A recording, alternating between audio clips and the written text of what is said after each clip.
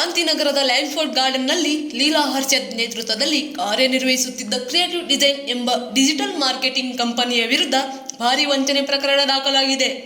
ಜನರಿಂದ ಪಡೆದ ಹಣಕ್ಕೆ ಪಾವತಿ ರಸೀದಿಯನ್ನು ನೀಡಲಾಗುತ್ತದೆ. ಅದರಲ್ಲಿ ಗ್ರಾಹಕರು ಹೂಡಿದ ಹಣದ ಬಗ್ಗೆ ಮಾಹಿತಿಯನ್ನು ಲಿಖಿತ ರೂಪದಲ್ಲಿ ಕ್ರಿಯೇಟಿವ್ ಡಿಸೈನ್ ಕಂಪನಿಯವರು ನೀಡುತ್ತಾರೆ.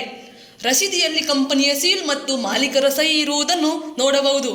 ಕಂಪನಿಯು ಹೂಡಿಕೆದಾರರಿಗೆ ಮಾಸಿಕ ಲೀಡ್ಗಳನ್ನು ನೀಡುವುದಾಗಿ ಭರವಸೆ ಕೊಟ್ಟರೂ ಯಾವುದೇ ಡಿಜಿಟಲ್ ಮಾರ್ಕೆಟಿಂಗ್ ಲೀಡ್ಸ್ ನೀಡದೆ ಜನರನ್ನು ಮೋಸ ಮಾಡಿದೆ. ಲಾಭವನ್ನು ನೀಡದೆ ಸಾವಿರಾರು ಜನರಿಂದ ಕೋಟ್ಯಾಂತರ ರೂಪಾಯಿ ಸಂಗ್ರಹಿಸಿತು. ಡಿಜಿಟಲ್ ಮಾರ್ಕೆಟಿಂಗ್ ಮೂಲಕ ಲೀಡ್ಸ್ ನೀಡುವುದಾಗಿ ಭರವಸೆ ಕೊಟ್ಟಿದ್ದರೂ ಹಣ ಹೂಡಿಕೆಯಲ್ಲಿ ಯಾವುದೇ ಸಾಧನೀಯ ಲಾಭಗಳನ್ನು ನೀಡದೆ ಬಹುಪಾಲು ಹೂಡಿಕೆದಾರರು ಹಾನಿಗೊಳಗಾಗಿದ್ದಾರೆ. ವಂಚನೆಯ ಮಾದರಿ ಹೇಗೆ? ಹೂಡಿಕೆದಾರರಿಗೆ ಉನ್ನತ ಲಾಭದ ಆಮಿಷ ನೀಡಿ ಅವರು ಹಣ ಹೂಡಿದ ನಂತರ ನಿರೀಕ್ಷಿತ ಲಾಭವನ್ನು ನೀಡದೆ ಹಣ ವಾಪಸ್ಸು ನೀಡಲು ವಿಳಂಬ ಮಾಡಲಾಗಿದೆ. ಹೂಡಿಕೆದಾರರ ಆತಂಕ, ಹಣ ವಾಪಸ್ಸಾಗುತ್ತಾ?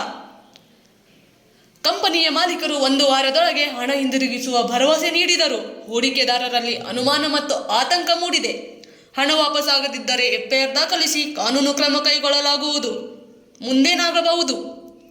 ಹಣ ವಾಪಸ್ಸಾದರೆ ಹೂಡಿಕೆದಾರರಿಗೆ ತಾತ್ಕಾಲಿಕ ಪರಿಹಾರ, ಆದರೆ ಕಂಪನಿಯ ಭವಿಷ್ಯ ಅಂಧಕಾರದಲ್ಲಿದೆ. ಹಣ ವಾಪಸ್ಸಾಗದಿದ್ದರೆ ಎಫ್ಐಆರ್ ದಾಖಲು ಮಾಡಿ ಪೊಲೀಸರು ತನಿಖೆ ನಡೆಸಿ ಕಾನೂನು ಕ್ರಮ ಕೈಗೊಳ್ಳಬಹುದು. ಹೂಡಿಕೆದಾರರಿಗೆ ಎಚ್ಚರಿಕೆ: ಅನಧಿಕೃತ ಯೋಜನೆಗಳಿಗೆ ಹೂಡಿಕೆ ಮಾಡುವ ಮೊದಲು ಸರಿಯಾದ ಪರಿಶೀಲನೆ ಮಾಡುವುದು ಅಗತ್ಯ. ಮುಂದಿನ ಬೆಳವಣಿಗೆಗಳಿಗೆ ಕಾದು ನೋಡಬೇಕು.